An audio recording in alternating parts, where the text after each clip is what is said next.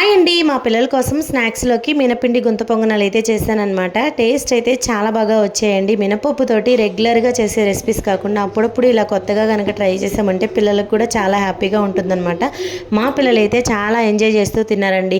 దానికోసము మినపప్పుని 3-4 గంటల సేపు బాగా నానపెట్టుకొని వాష్ చేసుకొని మిక్సీలో మెత్తగా మిక్సీ పట్టుకోవాలనమాట. ఇలా మిక్సీ పట్టుకున్న ఈ పిండి మిశ్రమంలోకి సన్నగా కట్ చేసుకున్న ఆనియను, కరివేపాకు, కొత్తిమీర, పావు టీ స్పూన్ జీలకర్ర, అలాగే కొంచెం సోడా ఉప్పు, మన రుచికి సరిపడా సాల్ట్ అయితే వేసుకోవాలి. పిల్లల కోసం చేస్తున్నాను కాబట్టి పచ్చిమిర్చి అయితే వేయలేదండి. బాగా కలుపుకున్న ఈ పిండి మిశ్రమాన్ని గుంత పొంగనాల ప్యాన్లోకి కొద్దిగా ఆయిల్ వేసుకొని కొద్దిగా పిండిని కూడా వేసుకొని మీడియం ఫ్లేమ్లో అటు ఇటు గోల్డెన్ బ్రౌన్ కలర్ వచ్చేంత వరకు ఉడికించుకోవాలన్నమాట. మీడియం ఫ్లేమ్లో కనుక ఉడికించుకున్నామంటే లోపల వరకు ఉడుకుతాయన్నమాట. ఇంకా వేడివేడిగా గుంత పొంగనాలని నేనైతే కారపొడిలోకి సర్వ్ చేసుకొని తిన్నాను. మా పిల్లలకైతే విడిగా పెట్టేశాను అనమాట. మీకు నచ్చాయా? నచ్చితే ఒక లైక్ చేయండి. ఛానల్ని ప్లీజ్ సబ్స్క్రైబ్ చేయండి. బాయ్.